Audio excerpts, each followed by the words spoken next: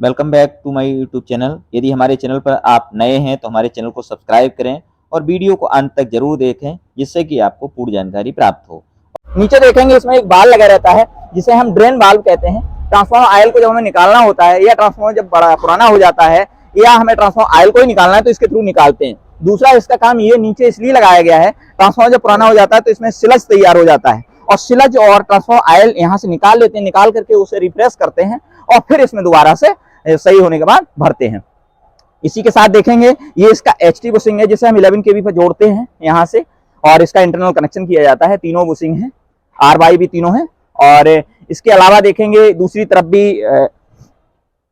यहाँ पर भी बाल्ब लगा रहता है। इसके थ्रू भी हम अगर कंजर्वेटर टैंक का हमें ट्रांसफॉर्मर आयल निकालना है तो इसके थ्रू हम ट्रांसफॉर्मर आयल को बाहर कर सकते हैं। इसके अलावा देखेंगे हमारे जो ट्रांसफार्मर पावर ट्रांसफार्मर होते हैं, ये हमारा क्योंकि डिस्ट्रीब्यूशन ट्रांसफार्मर है इसमें हमारा बुकोइल रिले नहीं लगा है। यहाँ पर बुकोइल रिले लगाया जाता है, यहाँ पर सिर्फ बाल्ब लगाया गया है।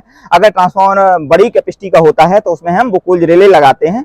हमारे डिस्ट्रीब्यूशन ट्रांसफार्मरों में भी ये बुकोइल रिले लगा रहता है, लेकिन ये छोटा मध्यम कैटेगरी का ट्रांसफार्मर है इसलिए इसमें बुकोइल रिले नहीं लगाया गया है। जो बड़े ट्रांसफार्मर होते हैं उनमें बुकोइल रिले लगाते हैं, जो कि ट्रांसफार्मर को बचाव करता है और सुरक्षित करता है।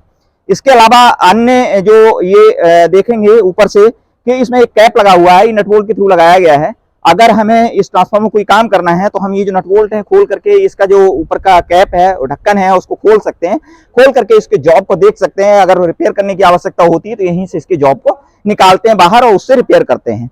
अन्य छोटे छोटे बहुत इसमें पार्ट लगे रहते हैं। ये देखेंगे यहाँ पर दिखाइए, ये पास से दिखाएंगे, आप देखेंगे इस तरह से लगी हुई है, कुंटी जैसी हैं। इनका काम क्या है, ट्रांसफार्मर को जब एक स्थान से दूसरे स्थान पर ले जाना होता है तो इनके थ्रू हम हैंग करके ट्रांसफार्मर को उठाते हैं, उठा करके एक स्थान से दूसरे स्थान ले जाते हैं, जहां ले जाना होता है वहां पर रख देते हैं।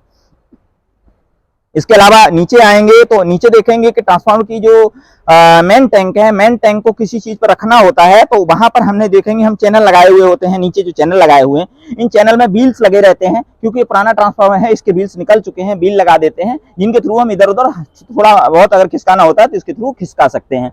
ये देखेंगे ये लगाया जाता है, ये यहाँ पर चैनल टाइप का लगा हुआ है, एंगल है, ये इसलिए लगाया गया है कि जो मेन टैंक है मेन टैंक को मजबूती दे, इसलिए लगाया गया है।